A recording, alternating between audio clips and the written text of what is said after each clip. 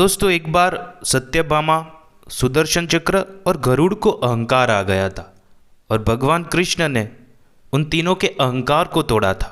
तो दोस्तों एक बार की बात है कि भगवान श्री कृष्ण द्वारका में रानी सत्यभामा के साथ बैठे हुए थे। उनके पास ही निकट में गरुड़ और सुदर्शन चक्र भी विराजमान थे। तभी कोई बात ऐसी छिड़ गई कि रानी सत्यभामा ने श्री कृष्ण से प्रश्न कर दिया कि प्रभु, त्रेतायुग में आपने राम के रूप में अवतार लिया था, तब सीता आपकी पत्नी थी, लेकिन क्या वे मुझसे भी अधिक रूपवान थी? भगवान श्री कृष्ण समझ गए कि रानी सत्यभामा को अपने सुंदरता पर अभिमान हो गया है। रानी सत्यभामा की बात समाप्त होते ही गरुड़ बोले, भगवान, क्या दुनिया में मुझसे भी ज्यादा तेज गति से कोई उड़ सकता है? उसके बाद सुदर्शन चक्र का भी अहंकार जाग गया और वो भी बोल पड़े कि प्रभु, क्या संसार में मुझसे भी अधिक शक्तिशाली कोई है? श्री कृष्ण समझ गए कि इन तीनों को अपने ऊपर अहंकार हो गया है। अब कुछ ऐसी लीला करनी होगी जिससे इन तीनों का अहंकार दूर हो जाए। तब भगवान श्री कृष्ण ने फैसला किया और गरुड़ से बोले कि गरुड़, हनुमान को बुला लाओ। उनसे कहना कि भगवान राम माता सीता के साथ उनकी प्रतीक्षा कर रहे हैं। गरुड़ भगवान की आज्ञा लेकर हनुमान जी को बुलाने के लिए उड़ चल। सत्यभामा से श्री कृष्ण ने कहा कि तुम सीता के रूप में श्रृंगार करके तैयार हो जाओ, और कृष्ण ने राम का रूप धारण कर लिया।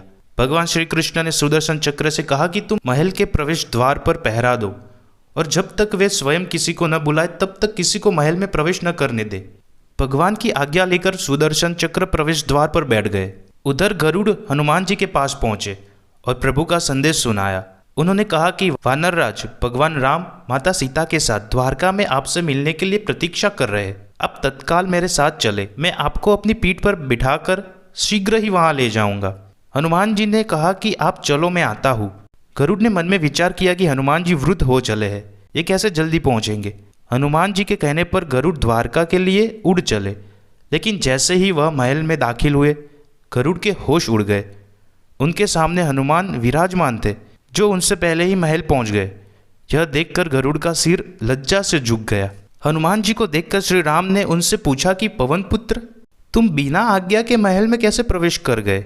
क्या तुम्हें किसी ने रोका नहीं? तब हनुमान जी ने विनम्रता पूर्वक शीश झुकाकर अपने मुंह से सुदर्शन चक्र को बाहर निकाला और उनके सामने प्रस्तुत कर दिया। सुदर्शन चक्र को सौंपने के बाद हनुमान जी बोले, प्रभु, इस चक्र ने रोका था, इसलिए मैंने इसे मुंह में रख लिया और आपसे मिलने आ गया। इस बात पर भगवान मन ही मन मुस्कुराने लगे। हनुमान जी यहीं पर नहीं रुके। उन्होंने प्रभु से कहा, आज आपने माता सीता के स्थान पर किस दासी को इतना सम्मान दे दिया है कि वो आपके साथ सिंहासन पर विराजमान है? इतना सुनकर रानी सत्यभामा का अहंकार दूर हो गया। इस प्रकार भगवान श्री कृष्ण ने एक बार में ही तीनों का अहंकार समाप्त कर दिया। तीनों भगवान के सामने लज्जित अवस्था में थे। सभी ने प्रभु के सामने माफी मांगी और उन्हें बात समझ में आ गई कि ये सब लीला श्री कृष्ण की ही थी, उनके अहंकार को तोड़ने के लिए।